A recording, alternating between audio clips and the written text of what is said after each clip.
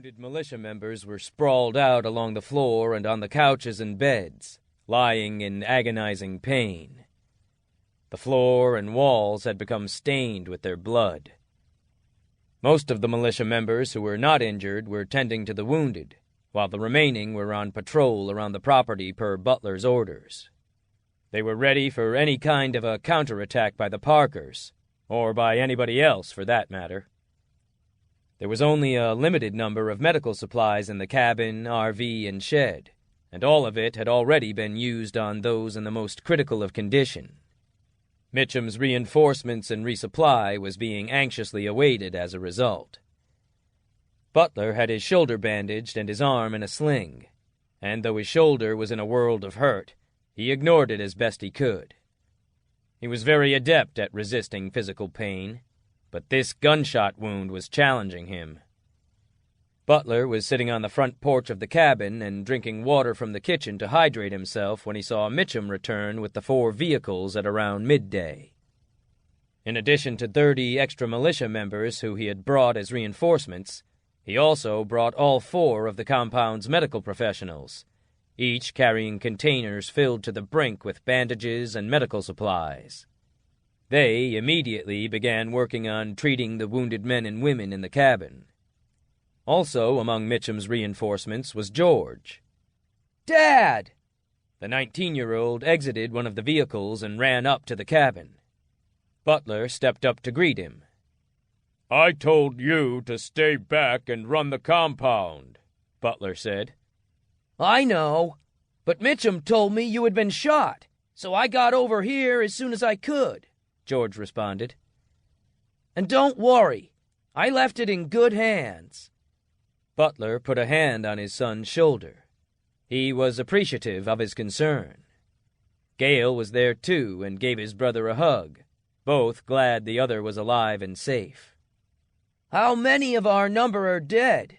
George asked. "Mitchum said it was at least 24. Is that really true?" "It is, son," said Butler. "That damned family gave us a fight for our lives. Many more are wounded, as you can tell.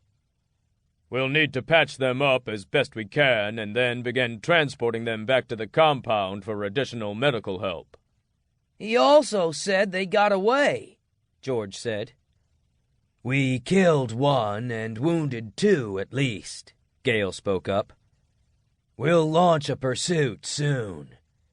They can't have gone far. And they're critically low on resources. There's hardly any food or medical stuff left in this cabin of theirs." "This is our cabin now," remarked Butler. "It will serve as a good outpost for us later on once we get this situation taken care of." "You mean after we eliminate the rest of the Parker family?" George said. "That's right," said Butler with a grin, glad to see his youngest son was equally eager to see the Parkers finished off. "So, where do we go from here?" Gale asked. "What's our strategy?" Butler rubbed his shoulder and sat down back on the chair on the front porch of the cabin. He indicated for Gale and George to sit next to him. Before they sat down, George noticed that Gale was now wearing a black leather gun belt with a Colt 1911 .45, K-bar knife, and a few spare magazines. Little did he know, it had all belonged to Randall before. "Nice gun and belt. Where'd you get it?" George asked. "One of the guys found it in one of the trucks the Parkers stole from us." Gale beamed proudly as he drew the 1911 from its holster and looked it over, admiring the high-quality craftsmanship that had gone into it. "Must have been one of theirs, but it's mine now." "Nice find," George remarked, jealously. "Mitchum, bring a map over here," Butler called out. Mitchum pulled a map out of one of the vehicles and stepped over to the 3 on the deck, which he sprawled out on the table. "My guess is the Parkers are going to retreat to a small town of some kind in the north," Butler said, looking over the map.